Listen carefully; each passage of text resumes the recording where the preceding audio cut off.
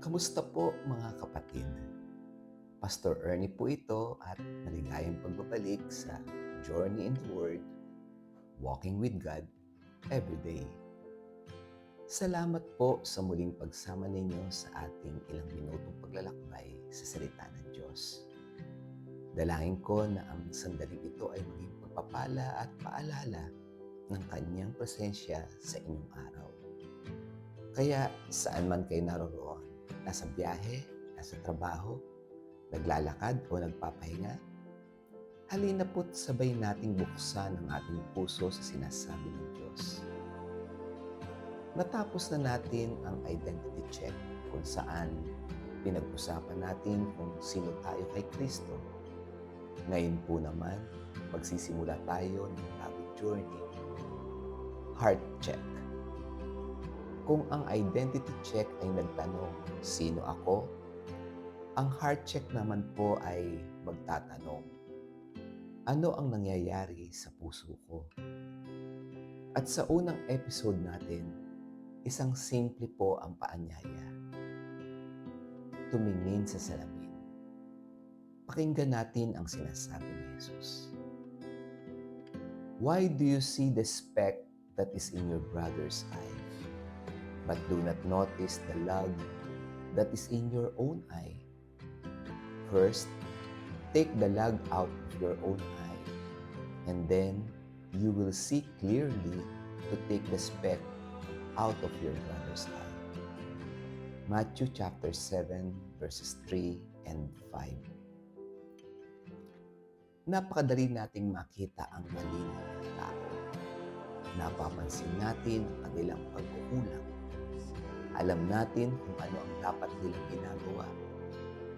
Pero sinabi ni Jesus, first, take the log out of your own eye. Parang sinasabi niya, bago mo tingnan ang mali ng iba, tumingin ka muna sa salamin. Hindi masamang makakita ng mali. Kailangan natin ng discernment. Pero may pagkakaiba ang discernment at criticism. Discernment is guided by love. Criticism is often driven by pride, impatience, frustration, or hurt. Ang discernment ay naghahanap ng paraan para makatulong. Ang criticism ay madaling maghanap ng mali. At kapag naging critical ang puso natin, unti-unti nating nakakalimutang makita ang mabuti. A critical heart doesn't simply see what is wrong. It eventually forgets to see what is good. Kaya minsan, kahit anong gawin ng isang tao, may mali pa rin, may kulang, may dapat baguhin, at baka hindi natin namamalayan, tayo na pala ang taong iyon. Kaya kailangan nating tumingin sa salamin, hindi para husgahan ang sarili, kundi para hayaan ng Diyos na ipakita kung ano ang kailangan baguhin sa ating puso. Kapatid, bago mo tanungin, bakit hindi siya nagbabago?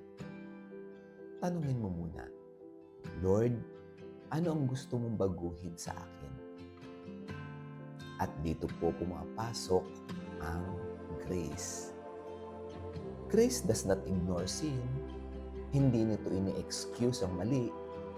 Pero kapag tunay nating naranasan ang biyaya ng Diyos, natututo rin tayong magbigay ng biyaya sa iba.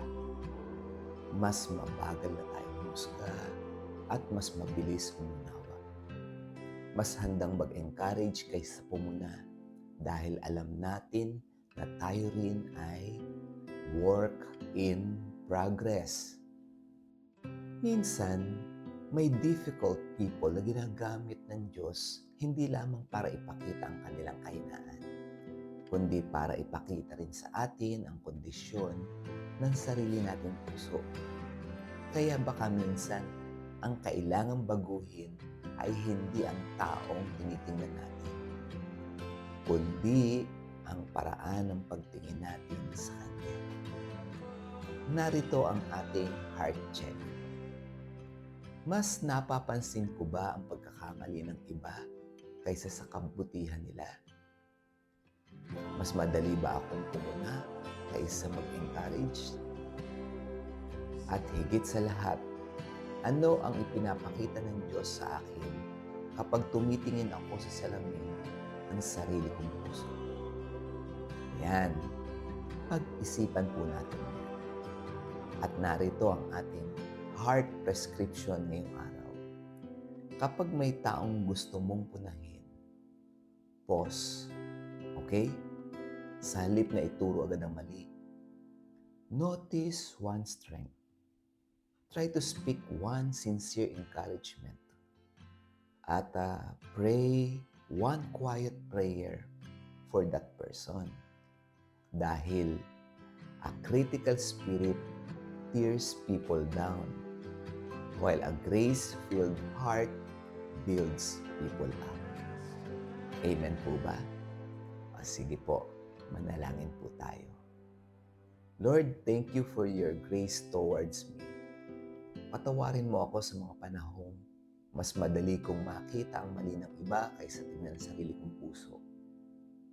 Turuan mo akong tumingin sa salamin bago ako tumingin sa pagkukulang ng iba. Alisin mo po ang pride, harshness, at judgment sa aking puso. Bigyan mo ako ng pusong marunong umunawa, mag-encourage, at magbigay ng grace. Tulungan mo po akong makita ang mga tao tulad ng pagtingin mo sa kanila. At habang binabago mo po, Lord, ang puso ko, gawin mo akong instrumento ng iyong pag-ibig sa iba. Sa pangalan ni Jesus, Amen.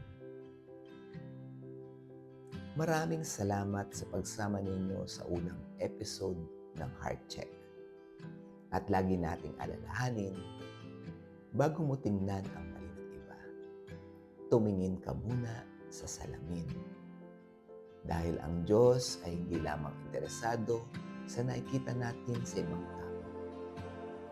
Interesado siya sa nakikita niya sa ating puso.